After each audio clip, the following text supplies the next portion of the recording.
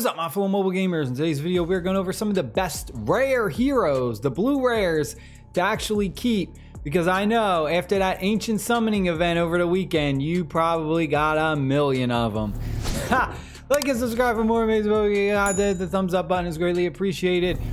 Quick note in the events area, check this out. We have a very cool event coming on. It is going to be one of those puzzle piece summoning events for a hero. So you got to go ahead and get Lunaria shards and then you can summon her. So now's a good time to start saving up your resources.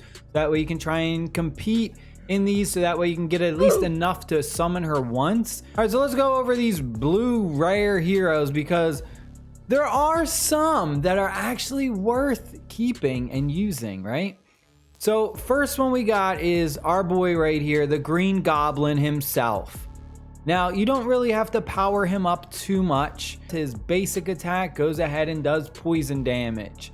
Deals damage equal to 1% of the target's max HP. So when you're going up against guild bosses, he's absolutely amazing for guild bosses. He's also usable in the arena when you have that single target damage challenge. And the other one is the artifact raid as well. It's kind of a weird combination, but I did go ahead and I posted a video where I used him in artifact raid to go ahead and take down that Salazar boss, and I had no healer. So if you want to check that video out, I'll have a link down below in the description box. But you can use him fairly for a decent amount of content. He's not like super amazing, but just that basic attack alone is good. You really don't need him for the traps necessarily. They can be extra good in arena.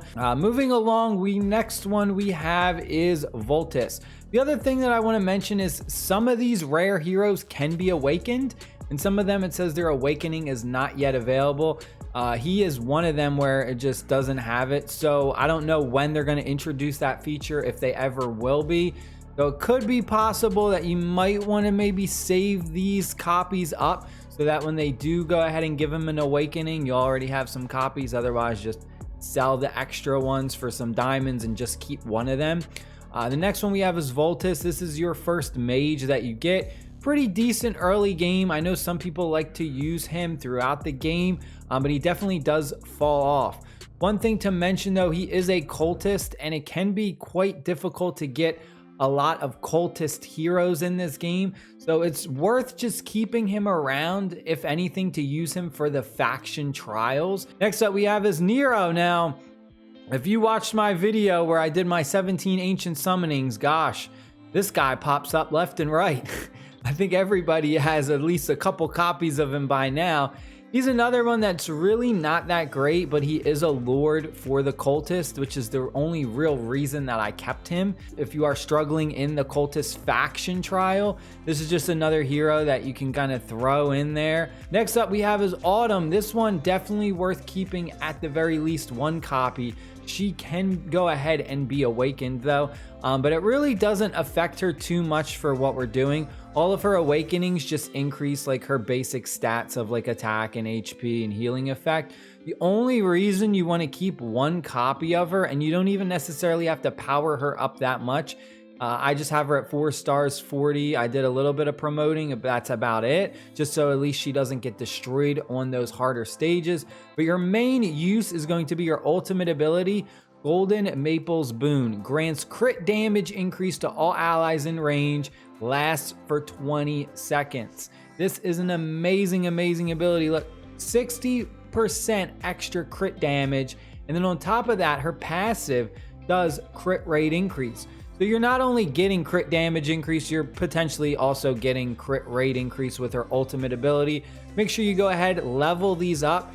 Upgrading these rares is ridiculously easy. The amount of dust you have for rares is ridiculous. I've got almost 3,000 rare dust, not to mention the rare skill crystals that I have. They need to give us an ability to kind of convert the rare dust and the rare skill crystals into epic. I think that'd be amazing if they gave us some type of conversion rate where it was even like 500 or even 600 rare skill dust gives you like 20 epic skill dust. I would even be fine with that, just something, because I've got all this just sitting around like being wasted, which is kind of like, all right. So you want to use Autumn specifically For Gear Raid 1, she's really good for, as well as Gear Raid 3 if you're struggling. I threw her in my Gear Raid 1 lineup for stage 19, and I was almost able to complete stage 19.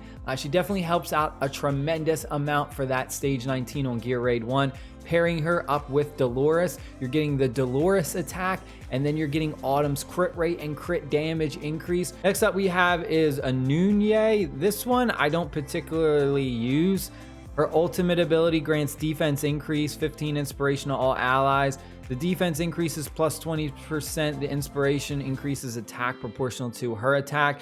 She's one that like you can use in like Gear Raid 2 to go ahead and buff your heroes, like your tanks, defense, for those golems that are rolling or whatever it may be. But I definitely don't think she's a viable option for stage 19 Gear Raid 2 and on.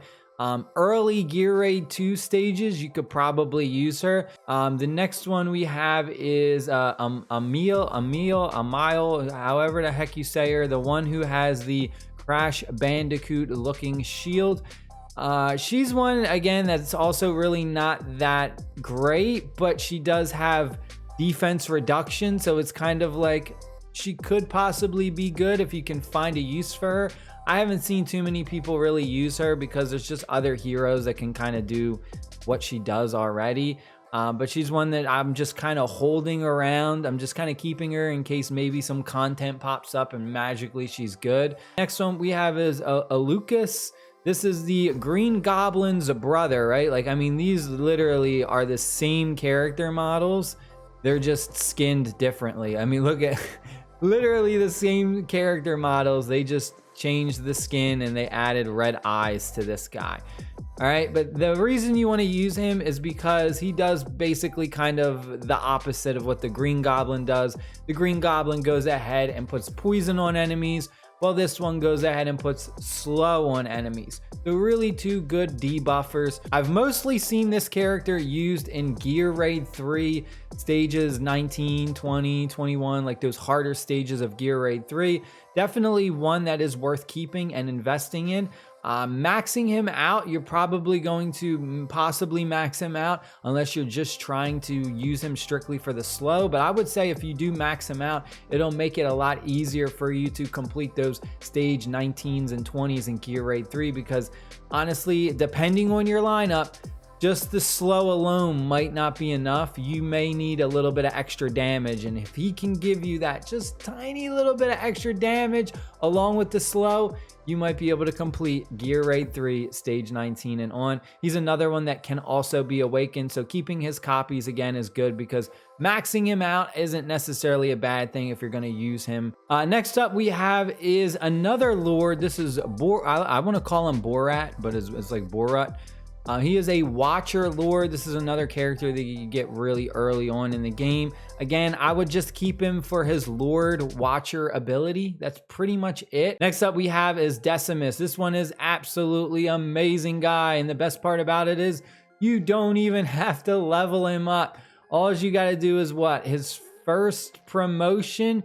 So that way you go ahead and unlock his passive ability. That's pretty much it. You don't even need to level him up. You can use him at level 1. You don't even need to throw any gear on him.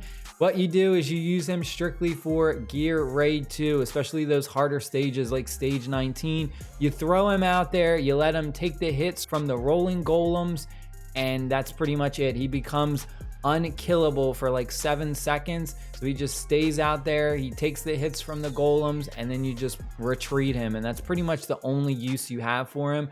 If you take a look at his skills, it's his passive skill right here called Defiance.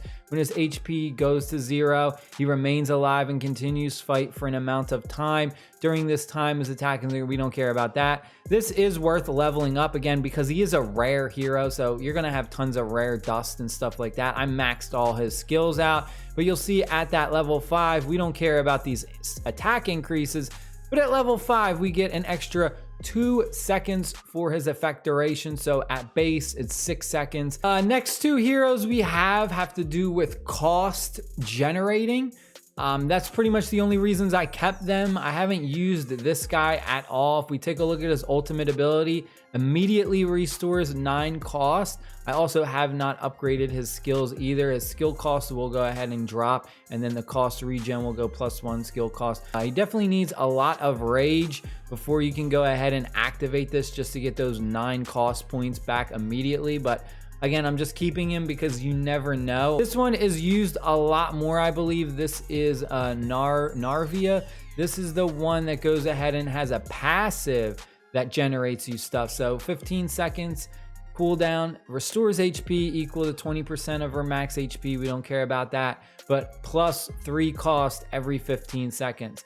Every 15 seconds, we're just gonna go ahead and we're gonna get a free 3 cost added to our points. That's it. I hope you guys and girls enjoyed this video. Stay happy, stay safe, and I'll see y'all later. Peace.